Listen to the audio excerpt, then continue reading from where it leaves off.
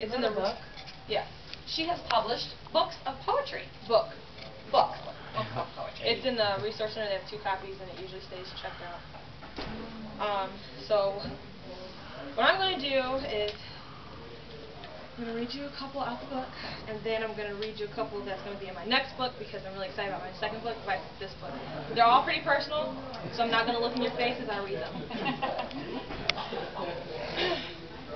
This one's called My Christmas Wish. Another Christmas, no you in sight. I try to pretend, but even that's not right. After all of these years, I thought you'd care. After all, I'm your daughter, your firstborn heir. You would think after all this time I learned, but you know it's not my fault, for a father I yearn. No one knows what I wish for Christmas, waiting by the tree, dreaming that dear old Santa will bring it home to me. But we all know that most dreams don't come true, especially any dream that I have involving you. I'm too old for this, hanging on to a childhood dream, but I guess the lesson in life is things aren't always as they seem. But I have to grow up, Daddy. I'm going to let go of you. But maybe someday the child inside will have her Christmas wish come true.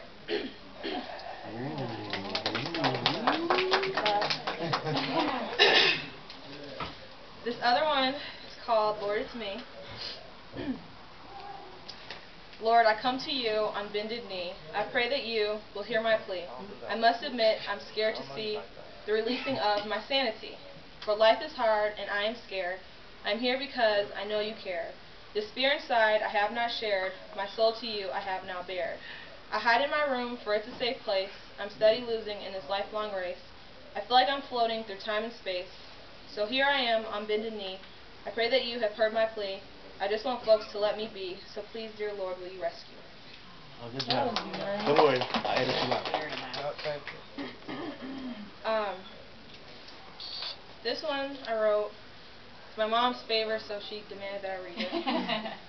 Mothers have that prerogative. Yeah, they do. Good. My imaginary friend. I'm not included, so I feel secluded, and I don't know what to do. So I sit down when no one's around, and I write my thoughts to you. The pain inside whittles at my pride, but I'll never let anyone see that I'll sometimes cry, sometimes wish to die, because I don't have any choice being me. But even with you, it's sad but it's true that you are not even real. You're not even there, you're made out of air, a friend that no one can steal. But every day, when I have something to say, you listen and just let me vent. A friend in need is a friend indeed, and I'm still not sure what that meant.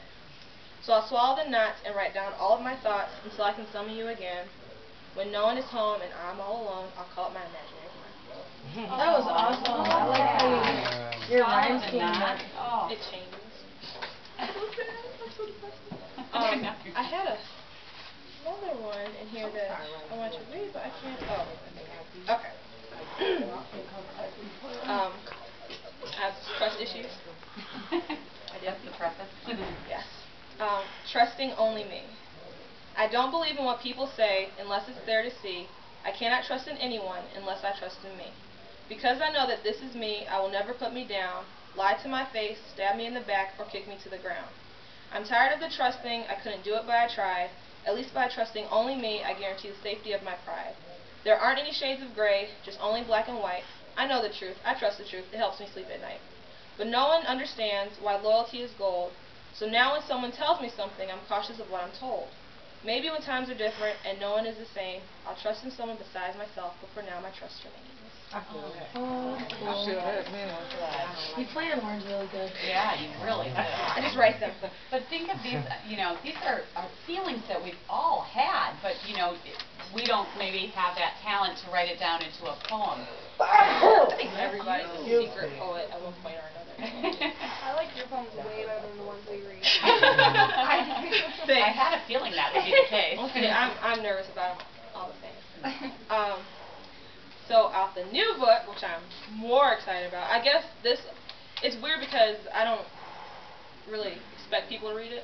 So these are probably, when I detach myself and read it like I'm just reading it, it's really good. But these ones I'm excited about. Good, good. It's called I Apologize. I want to apologize for all that I've done wrong. I've made so many bad mistakes and I've failed you far too long. I can't help all the crying, the stress is taking its toll on me. I direct this poem straight to you, a 16-year-old Lakeda E. All of your hopes and dreams I allowed to get away. Instead of moving forward in the past I chose to stay. No college degree like some of your friends because I wasn't feeling school, but every time someone graduates, inside I feel like a fool. No taste of independence that so teased you in your sleep, all because moving out on your own was a promise I just couldn't keep. No wedding bells or frilly things, or releasing of white doves, but you and the Darius are still together and very much in love. So many goals go unchecked while others go unwritten. If I know you like I think I do, you would consider this forbidden. I've failed you for far too long, and I want to make things right. Because if I don't, I never will be able to sleep at night. I'm writing this poem from myself at 23 to let you know that I apologize to 16-year-old me. Oh my gosh, that's beautiful. Yeah, I like Couldn't that. we all do that, you know? Apologize to our old self. I don't know what made me write that. That's really I nice. like that. Really great. Yeah. Isn't that great? I've been cussing at myself. That's so true. Every single concrete example of That's people really graduating from college and stuff, but you're doing it now, so you Yes, don't I have need to write a apologize. letter to myself. Yeah, exactly. When you're 30, you'll Because write I'm that to married your and I 23 got, self. the That's kid and right. I'm moving out, so I That's gotta right. rewrite myself. Yeah. I wrote this one about an ex-best friend of mine. Uh-oh.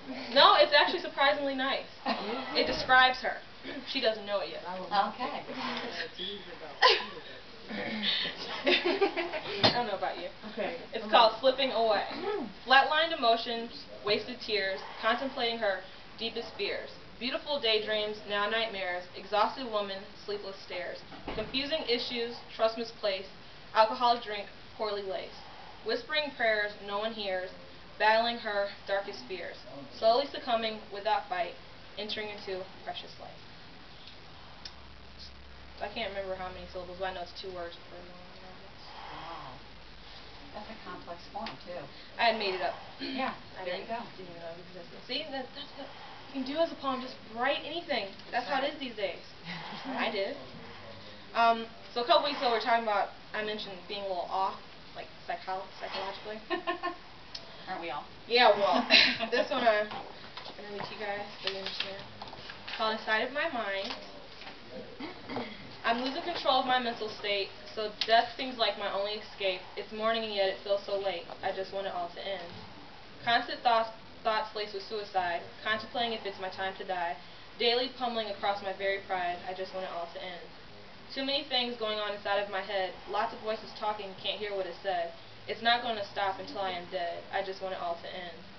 No one understands the sentences I say. Confused reactions follow day after day. May God watch over me is what I do pray. I just want it all to end. Emotions clashing like battling foes. The noises grow louder as the battle explodes. Anxiety deepens as the paranoia grows. I just want it all to end. Sleep is no longer a place where I rest. It is now an enemy in my ongoing quest. The search of my sanity is being put to the test. I just want it all to end.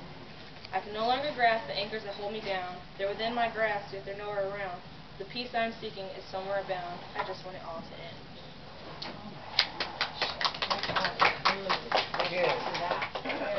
And then the final one I have to read you guys, because it doesn't rhyme at all, is one I wrote. So I'm just going to read it. It's called A Late Night Reflection. I've been in denial, thinking that things are different, more or less pretending that things are different, but nothing has ever changed. Candy-coated sugar glaze was how our new life seemed to me, a total change from the daily monogamy that was once called our life. Plastered smiles on our faces, pretending that all was well in our relationship, while at night one lived by the bottle, and the other lived by the attention of others. Things come to a head, raised voices echoing off the walls, the kids wake up scared and crying. Nothing positive ever came out of our arguing. I knew I was right, and you believed you were too. Bile rises in my throat at the thought of the old you. I don't like the constant smell of old liquor, and I don't think the kids do either. But then again, you swear you've never been the keeper of my heart, that it was owned by others, and I would swear you were a fool. The glaze is starting to melt away, and all of our ugly is beginning to show. Or maybe you're starting to move backwards, completely afraid to continue forward. I know I am moving forward, not afraid of what the future holds anymore, because it holds the completing of all of my goals, the achieving of all of my dreams, and that excites me. I know you, and I know how you know better.